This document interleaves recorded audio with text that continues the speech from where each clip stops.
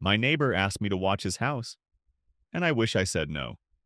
I live in a quiet neighborhood where almost nothing ever happens. The houses are spaced out, the streets are empty after sunset, and most people keep to themselves. It's peaceful. Almost too peaceful. About 3 months ago, my neighbor knocked on my door for the first time since I moved in. His name was Daniel. I had seen him pulling into his driveway before, but we had never actually spoken. He looked nervous when I opened the door.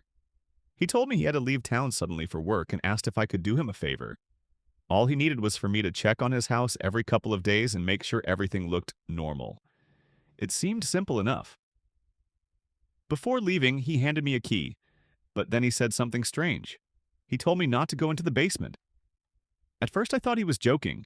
People say things like that all the time, like in horror movies, but he wasn't smiling. He just repeated it again and said, "Please, just stay upstairs." I laughed awkwardly and told him it wouldn't be a problem. The first few days were completely normal. I would walk over, unlock the door, check the windows, and leave. But on the fourth night, something changed. When I walked inside the house, I heard a faint tapping sound.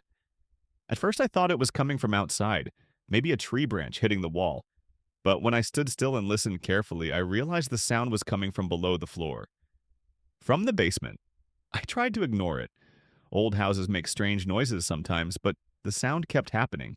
Tap, tap, tap. It was slow and uneven, like someone lightly knocking. I stood there staring at the basement door for almost a full minute. Daniel's warning echoed in my head. "Please, just stay upstairs." So I decided to leave. The next day, I told myself it was probably just pipes or the house settling. But that night, when I went back to check the house again, the tapping started once more. This time it was louder, and when I walked closer to the basement door, the tapping suddenly stopped. Right as my hand reached the handle. Follow for part 2.